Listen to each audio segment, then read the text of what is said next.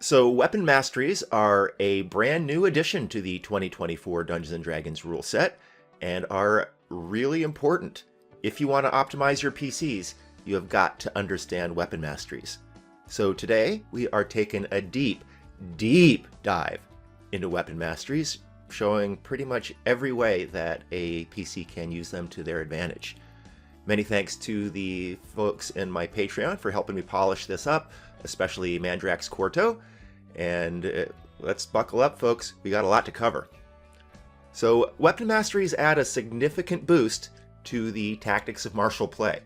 The possible effects are nicely tuned, not overwhelming, but still pretty impactful. It creates a lot of interesting potential combos of Weapon Masteries to create different effects. And Weapon Masteries allow PCs to create value by spreading attacks around. Traditionally, martials offer value to a party by creating single target DPR, but it's a refreshing option to be able to be a controller of sorts and have the option for that sort of playstyle. Weapon Masteries have a variable but potentially severe impact on cognitive load. It's pretty significant to be able to juggle all of the different masteries that you have and figure out when and where to deploy them. And ironically, fighters and barbarians can be pretty difficult to pilot these days. Now, that said, they don't have to add to your cognitive load. Weapon Masteries are optional, and you don't have to choose a build that takes, extreme use of them. You can just use them in a relatively limited fashion, and your PC is going to be just fine. So the cognitive load is going to be variable, but it can be significant, just something to be aware of. That actually makes a lot of classes like Fighter more appealing, I think. Despite the cognitive load, I think that it's very cool to have a lot of different options. Now, note that Weapon Masteries are not evenly distributed throughout all of the different weapon types. Only melee strength weapons get the full list of available Weapon Masteries, including the control options. Finesse weapons, on the other hand, only get Nick and Vex, except for the Whip, which adds Slow. And so the only real combo they're going to be doing is Vex into Nick, and that's going to offer advantage on just a couple of attacks, one of them the offhand attack with no stat damage applied unless you have the 2-weapon fighting mastery. And that is a hidden cost to 2-weapon fighting. It doesn't allow you to access the best weapon masteries. With Vex and Nick, you're only going to be able to increase your DPR and not apply any riders to your enemies. And do note that 2-weapon fighting is also a little bit suboptimal when it comes to magic weapons. So a couple of hidden costs involved with choosing that type of fighting style. And note that ranged weapons only get Slow and Vex, excepting the heavy crossbow, which has push. So pretty limited selection of weapon masteries available to dex-based weapons. Only the strength-based PCs are going to be able to fully leverage weapon masteries and the control riders that they offer. Note that juggling 4 different weapon mastery combos is better in theory than in practice. In theory, you might be all like, oh, I'm going to push this enemy off of my ally, and then I'm going to topple him, and then I'm going to cleave him and the guy next to him. And the problem with that is that it doesn't synergize with magic weapons. Magic weapons are a huge part of this game, and you're probably not going to get a whole bunch of different ones. And if you have a weapon that is significantly more powerful than any of your other weapons, like, a vicious weapon or something, you are naturally incentivized to drive all of your attacks through it. So you're not going to want to be really weapon juggling. In practice, most people are going to just use the weapon mastery that's attached to their best magic weapon. It would be great if you got to choose that one, and if you do, you can pick a good one. But regardless, your playstyle is basically going to be using just that one weapon mastery attached to the best weapon that you have. So that would make attractive the ability to just add a few different weapon masteries to the same weapon that you're already using. Enter Tactical Master, the Fighter 9 ability to add push, sap, or slow to any of your weapons. That is a truly incredible class ability. it makes fighters definitively superior at weapon masteries than other classes. They're better with a magic weapon that you're going to be driving all of your attacks through, because they can just tack on these masteries, and now that it has 3 or 4 instead of just the 1. And they're much better with ranged weapons and 2-weapon fighting, because again, those have only a limited selection of weapon masteries and not the control options. So by adding tactical mastery, you're going to be able to get control options on ranged weapons and finesse weapons. So really, really fantastic. They also get the most weapon masteries. So they actually have the most options when you do actually juggle. That makes fighters the top tier choice when it comes to using weapons, and that's as it should be, right? I will say that the World Tree Barbarian is also actually really good at weapon masteries, because at level 10 they get Battering Roots, and Battering Roots adds topple and push options to any of your weapons, and allows you to use 2 weapon masteries at the same time, which you can't even do with Tactical Master. Remember that when effects occur at the same time, the player gets to choose the order, so you would get to choose the most advantageous order. And Battering Roots offers reach, which is really helpful with Cleave. So I think World Tree Barbarians are also very good weapon masters, but fighters are definitely the best at this. So let's jump in and look at all of the different weapon masteries by themselves. First, we have Cleave, which says if you hit a creature with a melee attack roll using this weapon, you can make a melee attack roll with the weapon against a second creature within 5 feet of the first that is also within your reach. On a hit, the second creature takes the weapon's damage, but you don't get stat damage. You can only make this attack once per turn. So Cleave is attached to the Great Axe and the Halberd, and a free extra attack per turn is fantastic. No ifs, ands, or buts about it. It's better with the Halberd, because the Halberd does have reach, and reach is going to increase the area of your Cleave effectiveness, allowing your PC to target enemies, say, that are behind your primary target and not adjacent to you. And that combos very nicely with other abilities that offer extended reach, for example, Battering Roots. Cleave procs on a hit, so it does synergize with advantage on attacks and any other attack bonuses. So Sacred Weapon, or Reckless Attack, or Vengeance Paladin, etc. And it combos with the Topple Mastery, which knocks them prone and allows you to get advantage on that attack, since you definitely want to hit in order to get your Cleave off. It can be used once per turn, not just on your turn, so that opens up different reaction attacks like Opportunity Attacks and Polearm Master and Sentinel. And though the necessary conditions won't often be in place, it will be pretty epic when you're able to get a double Cleave off on a reaction attack. It does combo with Great Weapon Master, since the additional attack is part of the attack action, and note that both Cleave weapons do work with Great Weapon Master. And even though you don't get stat damage, it does combo with other bonus damage modifiers that apply to all attacks. So different class buffs, like Radiant Strikes from Paladins and Rage from Barbarians, which is another reason that Cleave is nice for Barbarians, or spell buffs like Hex, or Hunter's Mark, or Divine Favor, or Conjure Minor Elementals, or with magic items, like a Vicious Weapon, or a Flame Tongue, or some such. All of those will apply to the Cleave attack. I will admit that it is somewhat difficult to make it the PC's primary weapon mastery option because of the uncertainty of the proc conditions. It is useless against single enemies and such, but you can work around it. I think you can definitely actively set up enemies with forced movement to get them adjacent, like pushes and grappling and Crusher Feet, the 4-element monk ability. There's lots of different ways to enact forced movement in 2024. It also combos nicely with the push weapon mastery and the Crusher Feet, so you can really move them around and set enemies up for Cleave.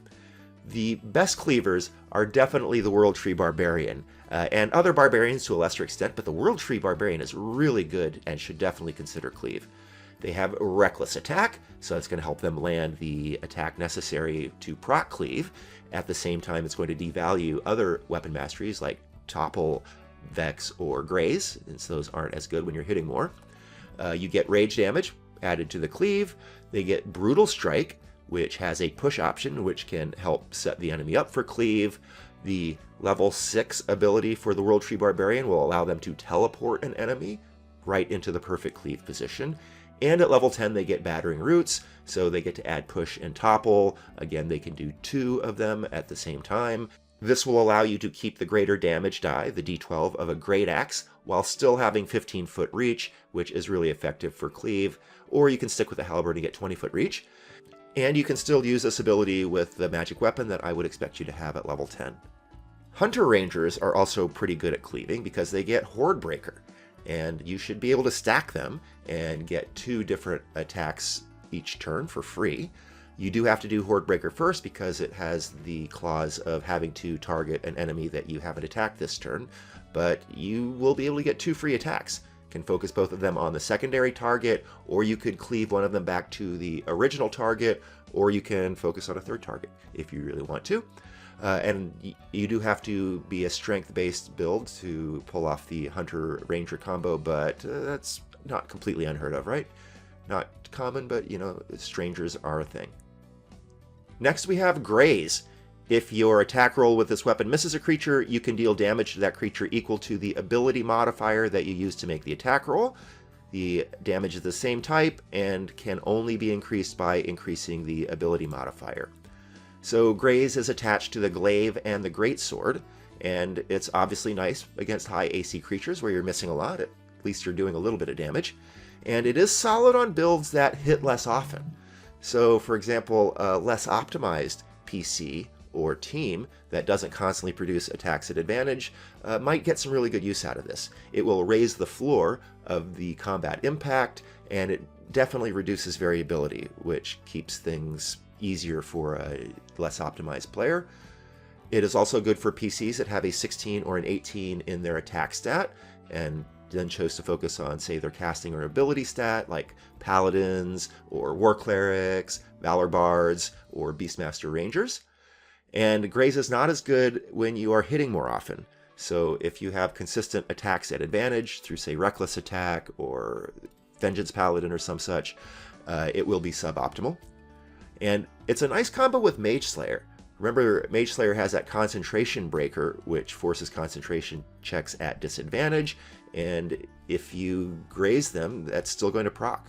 So it can be really good if you're trying to break concentration. Even if you miss, they're going to have to make that roll at disadvantage. And it can be buffed, but because of the restrictions, it can only be buffed by potions or belts of giant strength or the strength manual. Next up, we have Nick. When you make the extra attack of the light property, you can make it as part of the attack action instead of as a bonus action. You can make this extra attack only once per turn. So Nick is one of the more impactful weapon masteries. It really enables the 2-weapon fighting style of play. It is attached to the dagger, light hammer, sickle, and scimitar. And it enables effective 2-weapon fighting by adding an extra attack to make up for the low damage. So that kind of equalizes the damage output of different approaches. The lighter attacks of 2-weapon fighting get an extra attack through Nick. This frees up the bonus action for the plethora of 2024 options out there, like Cunning Action, or Patient Defense, Divine Smite, or the Spell Jump. And there is an obvious combo here with feats and abilities that add a bonus action attack. So Dual Wielder, or Polearm Master, or Martial Arts are a nice way to get more damage on your bonus action. And so with extra attack, someone could get 4 attacks per round, 2 regular attacks, 1 Nick attack, and 1 bonus action attack. That's pretty awesome. It combos with non-weapon specific damage buffs that affect all attacks to impart more iterations of damage, things like Hunter's Mark, or Hex, or Divine Favor, or Radiant Strikes, or Conjure Minor Elementals. However, the fact that you need a second weapon does present some anti-synergy with magic items. So like I said before, that is a hidden cost of going with a 2-weapon fighting style, is that it doesn't really synergize with magic weapons that well. And Nick does potentially combo with abilities that allow you to substitute an attack for something else. So for example, the Beastmaster Ranger, the Pact of the Chain Warlock, the Eldritch Knight, or just anyone using a net, you have the option to do these things instead of an attack. And obviously, sacrificing an attack, you would prefer to sacrifice the Nick attack because that one doesn't have stat damage, whereas all of the rest of yours do. So in most cases, I think this is a legal and clever thing to do. But that said, it's not clearly spelled out in the rules, so you're just going to have to talk to your DM about it and see how he feels. Up next, we have Push. Push says that if you hit a creature with this weapon, you can push the creature up to 10 feet away from yourself if it is large or smaller. So this is attached to the Great Club, Pike, Warhammer, and Heavy Crossbow. And relocating enemies is super fantastic in 2024. I mean, it always was, but it's even better now. It's like a free repelling blast, which is one of the best Warlock invocations. So yeah, really great to get it as a weapon mastery. It is unfortunate that it only affects larger, smaller creatures. It's the only weapon mastery that has a size restriction. Nonetheless, I do think it is going to come in handy many, many times, especially on ranged builds. Like the Heavy Crossbow has push attached, or Tactical Masters can attach push to other bows. And so to be able to get a push at range is really fantastic, since you're generally trying to kite. And note that the push is straight away. So you're not going to be able to push them upwards and then get them to fall and land prone and such. And note that the push is optional. You don't have to if that's suboptimal for the situation that you're in. Push does combo with persistent AoE and emanations, like Wall of Fire, or Spirit Guardians, or Conjure Woodland Beings, as well as other environmental hazards like cliffs, and lava, and water, and such, right? You're just going to push them right into that Wall of Fire and get more damage, or push them right into that Spirit Guardians, or lava, or whatever, and get more damage, or push them off a cliff, and then they fall and they can't get back into the fight without having better maneuverability options, etc. So really nice to combo with all of that stuff that's already on the field. It also combos with other push options like the Crusher Feat, Psionic Strike, Pushing Attack, or Brutal Strike. It combos with difficult terrain, right? They have to cover an extra 10 feet of distance. So if it's difficult terrain, it would be double. It combos nicely with Slow and Topple weapon masteries to really screw enemy move. And it combos amazingly with the Sentinel reaction attack, because that reduces an enemy's speed to 0, and then if they're pushed away, then they're not going to be able to get the rest of their attack sequence off. It combos with the Polearm Master reaction attack, so that can potentially prevent enemies from closing the range. And do note that Pike has push and can be used with Polearm Master, so that might be a good combo. Being able to push enemies creates separation to allow the PC or allies to relocate without incurring opportunity attacks. It will allow you to break grapples on your allies, which can be really dangerous because they're often attached to other conditions like restrained. And note that grapples will be more common now, that you can do them with opportunity attacks. So it's really nice that push can break grapples, and of course push can break open holes in enemy choke points and allow your PCs to access areas that your enemy didn't want them to. Up next, we have Sap. Sap says, if you hit a creature with this weapon, that creature has disadvantage on its next attack roll before the start of your next turn.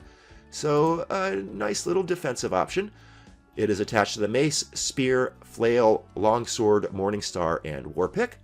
And I do think it's fairly deceptively strong. It is not easy to get attacked at disadvantage in this game. So it's obviously better in lower tiers where enemies don't really have multi-attack. But even when they do have multi-attack, it's still pretty helpful. They're not going to have necessarily a whole bunch of extra attacks, and a lot of times their first attack is like their strongest and inflicts some kind of debilitating condition like restrained or prone. So being able to get off of those and have those be at disadvantage is really, really nice. Now, if the PC has multiple attacks, then they can spread the saps around each turn, because it only affects one creature per turn, so you attack 2-3 different creatures and sap all of them. That's some pretty interesting control. And it can be used once per turn, not just on your turn. So again, it is effective with reaction attacks like Opportunity Attacks, Sentinel, and Polearm Master. It is especially nice with the Battle Master Riposte, which triggers on an enemy miss. So you can sap them to set up that miss, and then when they miss, you sap them again, and on their second attack, they will also be attacking at disadvantage. So that's really, really nice. Sentinel is definitely really nice just in general against multi-attack. That can prevent your ally from getting hit a second time, but really, really nice riposte and sap combo. Up next, we have Slow. If you hit a creature with this weapon and deal damage to it, you can reduce its speed by 10 feet until the start of your next turn. If the creature is hit more than once by weapons with this property, it doesn't exceed a reduction of 10 feet. So Slow is attached to the Club, Javelin, Light Crossbow, Sling, Whip, longbow, and musket, so quite a few weapons get slow. And it is very strong when it's combined with other move debuffs, either from yourself or from your allies, like Ray of Frost, or a Failed Stun, or the Slasher Feat, Topple Mastery, Brutal Strike. I mean, there's tons of different options here. It also combines nicely with Push and Topple Weapon Masteries to really severely reduce an enemy's move. Slow will combo with difficult terrain. Slow is good when you are kiting to prevent enemies from closing the range, and it's good when you are trying to fight a kiter and prevent them from kiting you by keeping them slow enough that they can't get out of your attack range. Slow is an interesting combo with the whip.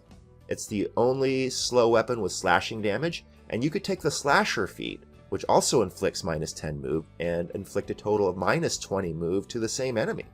That is really significant, and if you tack on something else, like say a Brutal Strike or something for -15 move, all of a sudden it's pretty easy to reduce enemies to move 0, which is fantastic. So interesting combo with the whip there. And slow is an excellent option to have as a ranged backup weapon when you are using a single main weapon, like driven through a magic item, like I think most people will. But having slow as a backup option is awesome, because fast and flying enemies are extremely dangerous in Dungeons & Dragons. So it's well advised to have a plan for them. And your allies should also have move debuff options as backup options. So you can combo them, get a Ray of Frost or a Stun combined with your slow or your Slasher or whatever, and you will really be able to take a bite out of the movement of those really dangerous fast and flying enemies. Keep in mind that ranged options are available both to strength builds through the Javelin and through dex builds through, the light crossbow, the longbow, tactical master, etc. Next up, we have Topple. If you hit a creature with this weapon, you can force the creature to make a Constitution saving throw using the attack ability modifier. On a failed save, the creature has the prone condition. Topple is attached to the quarterstaff, battle axe, lance, maul, and trident, and it is pretty awesome. In fact, it's the only weapon mastery that requires a save, since inflicting prone is quite powerful. Especially since it procs on every attack, so you're probably going to be forcing 2 or 3 saves against Topple every round, and you can combo this with other save or prone options, like Psionic Strike or Trip Attack, and just force them into multiple saves and really assure yourself that you're going to be able to topple them and prone them. It is excellent for setting up the rest of your attack sequence, especially if you are using Action Surge or something, right? And can topple them on that first attack and then just get a whole bunch of attacks at advantage. And it sets up your melee allies that can act before the enemy can stand again. So they're also going to be getting their attacks at advantage, unless they're ranged. Remember that your ranged allies actually hate proning, so you're going to have to exercise some discretion as to when you deploy it.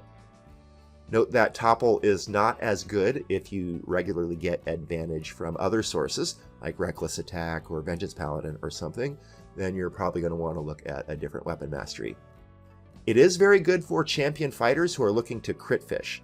It's one of the 2 weapon masteries that allow you to get attacks at advantage, so that's pretty sweet for them.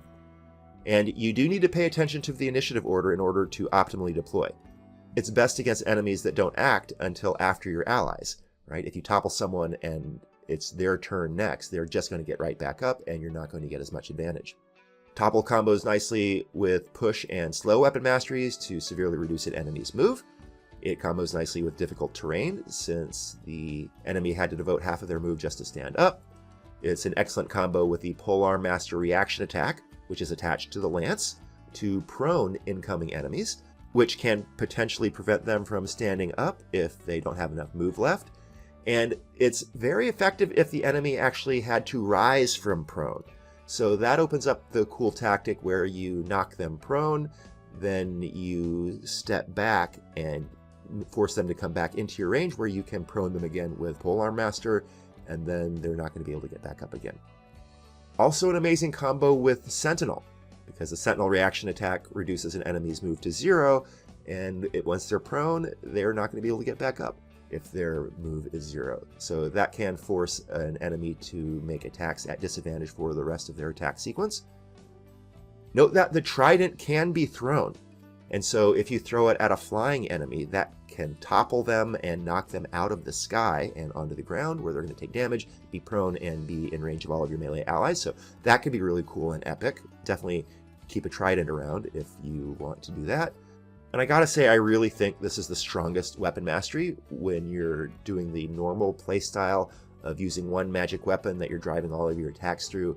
Topple being attached to that would be so amazing. You are going to be knocking people prone left and right, and that is a really, really strong advantage in Dungeons & Dragons. Finally, we have Vex. If you hit a creature with this weapon and deal damage to the creature, you have advantage on your next attack roll against that creature before the end of your next turn. So Vex is attached to the hand axe, dart, short bow, rapier, short sword, blowgun, hand crossbow, pistol, and psychic blade. And it's a nice way to bump your DPR, right? Especially if you have big damage riders in play, like a vicious weapon, or radiant strikes, or conjure minor elementals. You're definitely going to want to land those hits, and so Vex is really nice for that. It does lack control riders, so it just enhances Marshall's traditional role of dishing out single target DPR and doesn't really offer any control options. It is fantastic for rogues in order to set up their own sneak attack. So they can use two-weapon fighting, they can use their nick attack to proc the sneak attack once they get advantage on that attack from hitting the first time. So that is a really cool option that keeps the bonus action free for the rogue's plethora of bonus action options. And do note that Vex is attached to the Soul Knife's Psychic Blades. So Soul Knives are going to be really getting a lot of use out of this to set up their own sneak attack. Really, really nice way to leverage Vex, I think. Again, it is good for champion fighters who are looking to crit fish. This is the other weapon mastery besides Topple that will allow them to get attacks at advantage. And it's good for throwing builds, the hand axe and the dart, that can cancel out disadvantage for long range and can really expand the usable range of those weapons. And it is better against single big enemies because you can just keep the Vex chain going and you don't have to reset it by switching targets. Note that Vex does have anti-synergy with the many other ways to acquire advantage on attacks in this game, and if such are in play, then Vex is basically useless. So actually keep in mind that that does mean that Vex becomes less optional the more optimized your party is. If your party isn't particularly optimized and constantly producing attacks at advantage, then Vex can be pretty sweet to create it yourself. So that's it. That is my deep dive on Weapon Masteries. Let me know what you think in the comments below. If you can come up with any other ways to leverage Weapon Masteries or other interesting points about them in a holistic sense, I'd love to hear about it. And regardless, thank you so much for watching. This has been Bill Bronze and Dragons. I'm your host, Bill Bron Bafflestone. See you next time.